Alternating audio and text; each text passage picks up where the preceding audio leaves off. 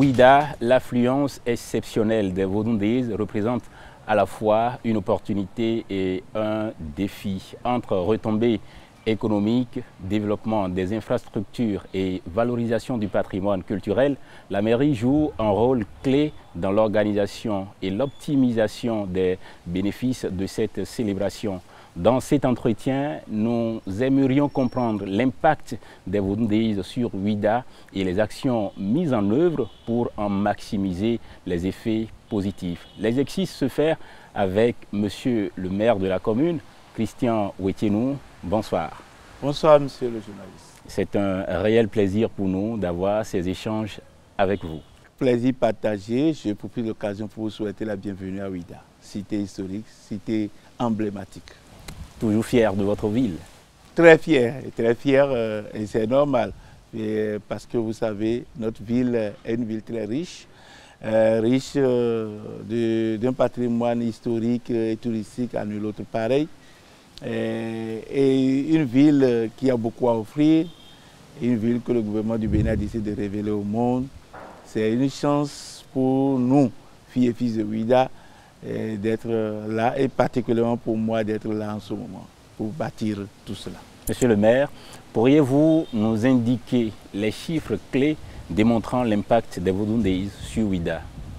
Globalement, il faut dire que nous n'avons pas fini les analyses et les statistiques, mais on peut retenir que avec les travaux qui ont été faits avec l'INSTAD, aujourd'hui nous avions dénombré 435 000 visiteurs pour les 3 jours qu'on dirait les Vaudondaises dans la commune de Ouidah. C'est un chiffre extraordinaire et autour de ces chiffres, nous pouvons dire que les autres éléments d'analyse sont en cours. Les travaux continuent donc d'être faits pour nous permettre donc d'avoir un peu plus de détails sur l'impact économique, sur tout ce que cela a pu générer sur l'économie au niveau local, au niveau national, et sur les voyages, les touristes et tout ça. Je pense que dans les prochains jours, nous aurons les détails. Mais pour vous, quels sont les secteurs de l'économie locale qui ont surtout bénéficié de cet événement? Monsieur le journaliste, je peux vous dire que les Vaudondaises éditions 2025 ont été quelque chose d'extraordinaire pour la commune de Ouidah. Nous n'avions jamais atteint ce niveau d'accueil de visiteurs en une fois. Je peux aujourd'hui dire qu'en termes de retombées, tout de suite, c'est les bonnes dames, celles qui ont des gargotes, qui ont des restaurants, qui ont des bars, des maquis. Nous avions travaillé avec elles, nous les avons regroupées en association pour voir comment elles peuvent s'organiser, se structurer, améliorer un peu leur cadre et surtout tenir compte de l'hygiène. Et cela a payé parce que ces dames ont reçu énormément de visites. Elles ont reçu dans mon bureau il y a quelques jours la présidente qui est venue tout particulièrement me dire merci pour tout ce qui s'est passé à Ouidah et me faire quelques témoignages que je vais vous partager. Il y a une dame, une restauratrice de Ouidah qui, au terme donc, des 3 jours de Vaudondaises, a dit que son chiffre d'affaires fait pratiquement le chiffre d'affaires annuel qu'elle faisait avant les Vaudondaises. C'est donc pour vous dire un peu l'aperçu de ce que les gens ont pu avoir comme impact économique sur... En 2-3 jours. En 3 jours. Et cette dame, elle a eu tous les chiffres d'affaires qu'elle avait l'habitude d'avoir en une année. C'est donc révélateur de ce que nous disons. 435 000 personnes en 3 jours, les nourrir midi et soir dans une ville. Vous comprenez donc aisément l'affluence qu'il y a au niveau donc des restaurateurs et des restauratrices et vous comprenez, vous imaginez aisément leur chiffre d'affaires. Et quels sont les retours que vous avez reçus des visiteurs étrangers surtout concernant l'image de la ville? J'ai eu des messages, j'ai eu des appels de félicitations, j'ai eu des témoignages. Et aujourd'hui, les Béninois sont unanimes. Ouidah est une ville devenue une ville propre. Ouidah a complètement changé par rapport au Ouida qu'ils connaissaient il y a 3 ans, 4 ans. Même des filles et fils de Ouida qui, de par leurs responsabilités administratives ou politiques, n'ont pas pu mettre pied à Ouida depuis ces 3-4 dernières années, se sont même perdus avant d'aller dans leur maison familiale. Ouida s'est mis dans ses plus beaux draps, dans ses plus beaux habits, s'est paré de beaux bijoux pour accueillir les gens. Ouida a beaucoup changé. Et le premier changement qu'il y a eu, c'est d'abord la propreté de la ville. Nous avions travaillé avec les associations des femmes balayeuses dans les différents quartiers, avec l'appui très important de la SGDS, qui a accompagné la dynamique, qui a soutenu avec des matériels et des hommes. Et donc, Ouida aujourd'hui est devenue une ville très propre et très salubre. Et pour répondre aux exigences sécuritaires et même sanitaires de l'événement, quelles sont les infrastructures qui ont été créées ou améliorées pour accueillir les festivaliers? Oui, de ce côté aussi, il faut reconnaître que nous avions travaillé également sur le côté sécuritaire. Ouida, pendant les 3 jours, beaucoup de gens ont témoigné que tout en circulant dans Ouida, ils n'ont jamais pu déplorer un cas de vol, un cas de banditisme, ça et là. Toute la ville de Ouida a été sécurisée. Il y avait un bon réseau de forces de l'ordre qui ont sécurisé la ville. Et dans le cadre donc de la sécurisation de la ville, nous avions travaillé avec le gouvernement sur l'électrification. Parce que la sécurité, le premier élément de la sécurité, c'est l'assurance pour les citoyens et les citoyennes de pouvoir circuler librement dans des zones éclairées la nuit. C'est là le point fort donc, de la sécurité. Et donc nous avons travaillé sur l'éclairage public de la ville.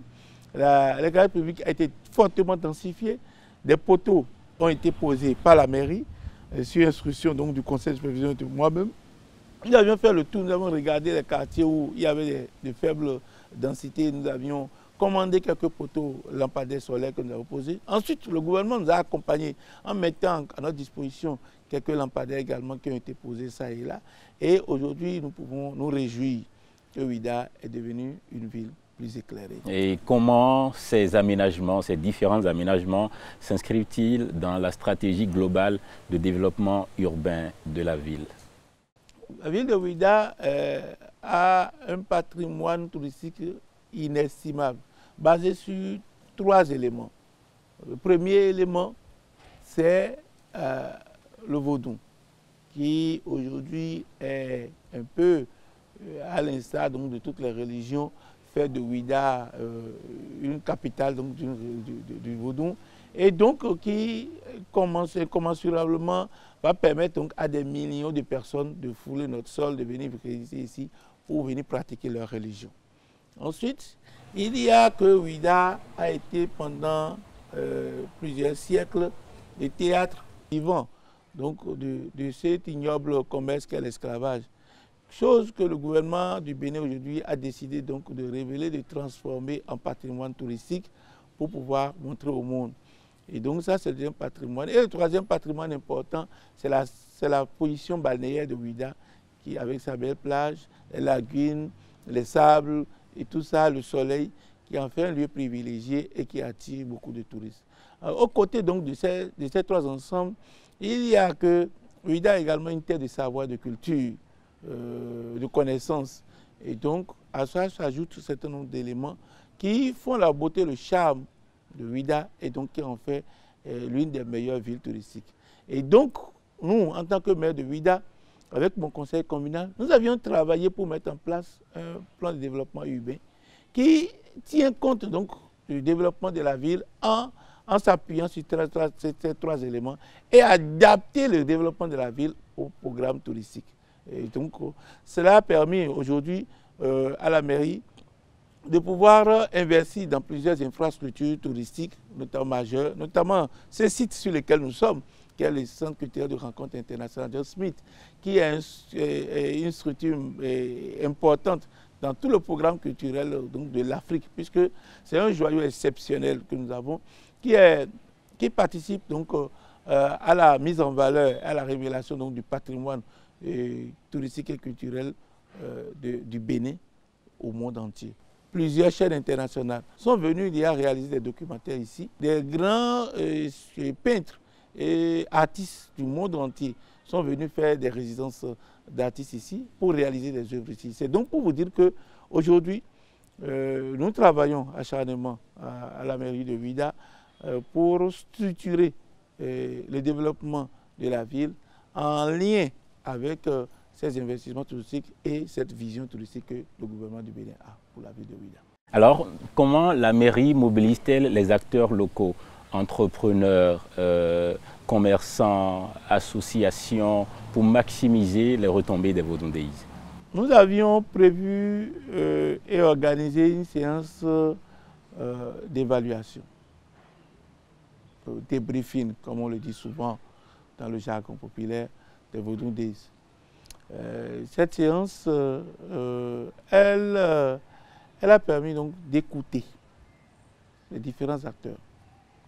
Parce que nous avions anticipé un tout petit peu, nous avions mis en place un comité qui a regroupé tous les acteurs.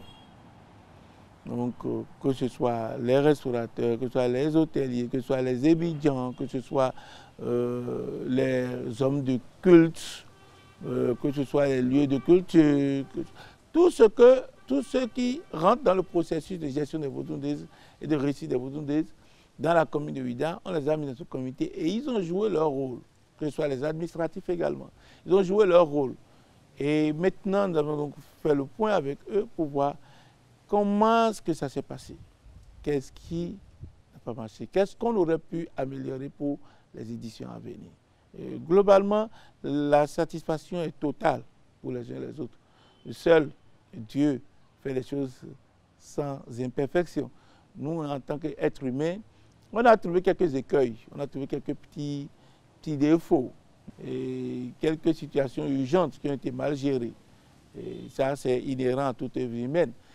Nous avions reçu comme retour chez les populations que le fait d'avoir cloisonné, fermé trop la ville a été un élément qui a dissuadé les gens, qui a créé beaucoup de polémiques. Donc nous avions remonté tout cela au chef de l'État et au gouvernement lors de la séance de débriefing qu'il y a eu avec le chef de l'État lui-même. Et donc des mesures correctives sont déjà prises, les infrastructures à faire, à réaliser pour corriger cette situation et tout en rendant la vie piétonne sans la boucler sont en train d'être prises. Voilà. Y a-t-il eu des partenariats publics-privés ou des initiatives spécifiques pour pérenniser les effets positifs à long terme? Oui, première chose que nous avions décidé donc de faire, c'est de finaliser la structuration définitive de tous les acteurs, les catégories d'acteurs. Nous avions pris la décision, avec l'appui du ministre en charge du tourisme, que la direction développement touristique puisse accompagner les hôteliers, les restaurateurs dans l'image, l'identité corporative. Parce que vous savez, quand vous allez manger dans un restaurant, la première chose qui vous donne l'appétit, c'est le cadre, la beauté du cadre, la propreté du cadre, l'image que le serveur et les serveuses renvoient. C'est ça qui vous donne l'appétit. Et donc, nous allons travailler dans les tout prochains mois sur ces chantiers. Nous allons travailler également avec les hôteliers sur l'accueil des étrangers, sur un certain nombre de choses. Ensuite, la propriété des chambres. Nous allons travailler et structurer les guides de Ouidah, les guides locaux de Ouidah. Il y a un travail qui a commencé progressivement et donc le discours qu'ils doivent tenir, il doit être labellisé pour qu'ils ne racontent pas n'importe quoi, que les deux guides ne disent pas de choses différentes sur le même site. Et donc ça, on va pouvoir encadrer correctement ces détails-là parce que nous avons eu quelques retours négatifs. Ensuite, nous allons travailler sur les couvents qui ont été réalisés par le gouvernement pour être mis à la disposition donc, des divinités et de leurs adeptes pour que la propreté donc, de ces lieux soit toujours intacte afin que l'accueil des touristes et des initiés qui vont venir du Brésil, de Haïti et consorts puisse être correct et bien et que nous ayons des retours positifs. Nous avions travaillé avec le gouvernement qui a cédé de mettre à notre disposition une police municipale avec une composante de police touristique. Et donc, Ils sont déjà été recrutés, il y a une centaine qui ont été recrutés, ils sont en pleine formation et dans les tout prochains jours, ils vont être déployés. Et donc, qu'ils rentrent dans la ville, qu'ils prennent en charge donc, la sécurisation de la ville, d'une ville touristique. On pourrait, M. Marcel, dire en 2026 que Ouidah va être à l'image des grandes villes touristiques. Justement, Monsieur le maire, et pour l'autorité locale que vous êtes, comment l'organisation des Vodou Days contribue-t-elle à valoriser davantage le patrimoine culturel de Ouidah et à renforcer son attractivité sur la scène internationale? Aujourd'hui, on peut se réjouir de ce qui est fait. Ouidah est devenue une ville emblématique dans le monde après des éditions de Vodou Days. On ne parle que de Ouidah partout. Le premier témoignage que je voudrais faire, c'est que je reçois 3 fois plus de demandes de villes pour faire des jumelages. C'est la preuve que le travail qui a été fait est en train de payer progressivement. Aujourd'hui, les invitations pour participer à un certain nombre de colloques, de séminaires et autres, ça vient très régulièrement. C'est donc pour dire qu'aujourd'hui, Ouidah est véritablement positionné sur le toit du monde comme l'une des plus grandes destinations touristiques. Et ça, c'est un travail formidable qui a été fait et qui doit continuer d'être fait. Donc aujourd'hui, à la suite donc, de tout ce que, de ces retours que nous avons, nous pouvons dire que la promotion de la culture béninoise à travers la ville de Ouidah est devenue une réalité. Nous aurons, vous savez, beaucoup d'afro-descendants lors des Vodou Days passés ont choisi de rester quelques jours après pour aller faire la consultation du phare, pour voir un peu dans leur avenir, dans leur vie, comment leur vie est et tout ça. C'est aussi pour dire que l'image et la promotion donc, de cette culture est de plus en plus en train de se réaliser. En termes de jumelage, vous en parliez tout à l'heure, on peut citer quelle ville et quelle ville à l'international? Au cours de cette année, nous aurons un jumelage avec la ville de Cape Town en Afrique du Sud, qui a été également un arrêt, je crois, sensible dans le processus d'esclavage et de déportation. Nous aurons un jumelage avec la ville de la Nouvelle-Orléans aux États-Unis, qui, le 6 avril prochain, aura ces Vodou Days, puisqu'ils ont décidé donc de transformer la cérémonie de Vodou qu'ils ont l'habitude de faire en Vodou Days. Et donc Vodou Days est devenu un label qu'aujourd'hui le Bénin est en train de vendre. Nous aurons un jumelage avec la ville de Bahia, au Brésil, pour sceller le partenariat qui a été créé et faciliter un peu les échanges. Nous aurons également un jumelage avec 2 villes françaises qui se sont annoncées et probablement, je ne voudrais pas les citer ici parce que les discussions ne sont pas encore complètement terminées. En Afrique, nous avions reçu la demande de plusieurs villes, notamment la République démocratique du Congo, notamment au Togo. Et oui, pour le moment, voilà donc des pays dont les villes nous ont envoyé des demandes pour que nous puissions mettre en place des coopérations, d'échanges sur le plan culturel, sur le plan touristique. Quelles sont les ambitions de la mairie que vous dirigez pour les prochaines éditions des Vodou Days et quels projets de développement sont envisagés pour Ouidah? Alors, globalement, il faut dire que quand vous faites la première édition et que vous êtes à 97 000 visiteurs, et dans vos rêves et vos perspectives, vous projetez 150 000. Vous annoncez avec que vous allez atteindre 150 000 visiteurs. Et que finalement vous vous retrouvez à 435 000. Vous vous dites donc que c'est possible de rêver. Et c'est pour cela qu'aujourd'hui, mon conseil communal et moi-même, nous laissons libre cours aux rêves et nous disons que c'est possible pour nous qu'au prochain Vodou Days, nous puissions atteindre 1 million de visiteurs. C'est l'un des défis majeurs sur lesquels nous pourrions travailler pour que l'édition 2026, au plus grand tard l'édition 2027, on puisse atteindre 1 million de visiteurs pour les 3 villes. Ouida va pouvoir les contenir? Évidemment, ça aussi, ça fait partie aujourd'hui des challenges sur lesquels nous travaillons. Vous savez, aujourd'hui, nous avions fait, depuis qu'on a fini les Vodou Days, nous avions travaillé sur l'aménagement foncier. Nous avons déjà eu plusieurs séances de travail. Et au cours de ces séances de travail, nous sommes en cours de régler la question du foncier, de la sécurisation foncière de la commune de Ouida. Cela en priorité pour pouvoir permettre aux investisseurs dans le domaine de l'hébergement, de la restauration, des hôtelleries, de pouvoir venir s'installer. Nous avions reçu plusieurs demandes et nous ambitionnons de les satisfaire pour permettre qu'au prochain Vodou Days, l'offre des lits et d'hébergement soit fortement améliorée et permettre donc que les gens puissent venir à Ouida et dormir à Ouida pendant les 3 jours dans des conforts et dans des cadres adéquats. Pour l'édition 2024 comme l'édition 2025, l'une des réalités que nous avions vécues, ce sont nos frères et sœurs qui ont mis leur chambre à disposition pour pouvoir héberger les gens qui sont venus. On a nettoyé un lit, on a nettoyé les toilettes, on a loué ça à 40 000 francs, 50 000 francs. Et la veille de Vodou Days, les enchères sont montées à 100 000 francs la chambre par jour. Et donc, quelqu'un est venu me voir, un jeune qui est un agent immobilier de la ville, est venu me voir tout fièrement à la fin de Vodou Days pour dire, monsieur le maire, mes 8 chambres, je les ai louées à 100 000 francs la nuitée.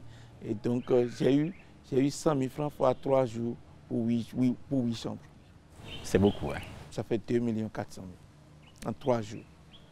Imaginez ce que toute sa vie on a. Donc, c'est pour dire qu'aujourd'hui, nous travaillons à accroître l'offre de l'hébergement. Nous avions travaillé avec quelques investisseurs. Nous avons reçu des groupes d'investisseurs avec qui nous avons travaillé. Ils ont souhaité qu'on améliore la sécurité foncière et nous sommes en train de travailler là-dessus.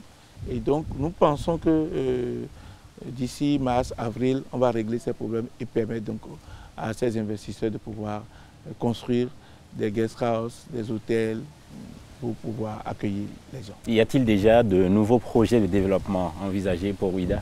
Pour accroître l'offre touristique et meubler l'agenda touristique de la ville, nous avons décidé donc de créer 2 ou 3 événements complémentaires.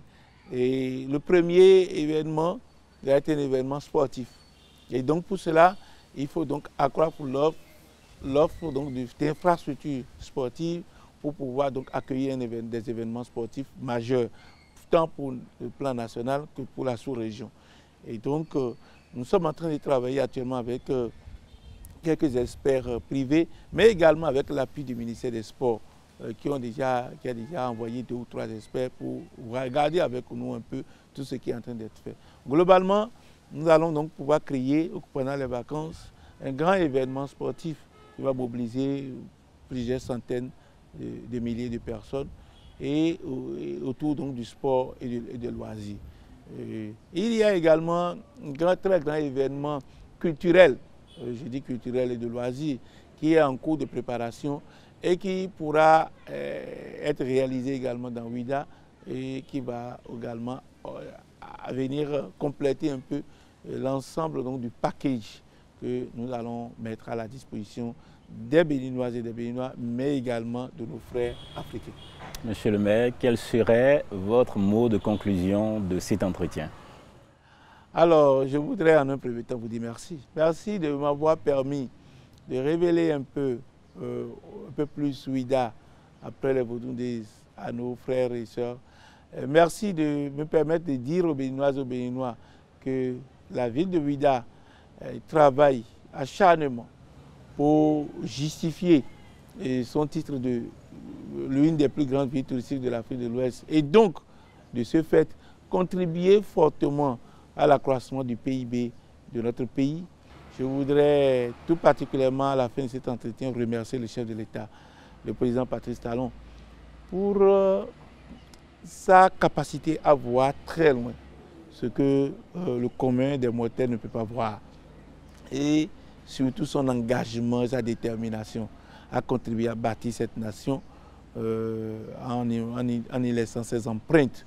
Aujourd'hui, Ouida porte les empreintes de Patrice Talon, le Bénin porte les empreintes de Patrice Talon, et c'est avec fierté, avec joie que nous allons continuer ces gigantesques œuvres qu'il est en train de réaliser. Vous l'avez compris, les Vodun Days ne sont pas seulement une célébration culturelle et spirituelle, c'est aussi un moteur de développement pour Ouida, mais pour tout le Bénin. Merci, monsieur le maire. Merci beaucoup. Merci de nous avoir suivis.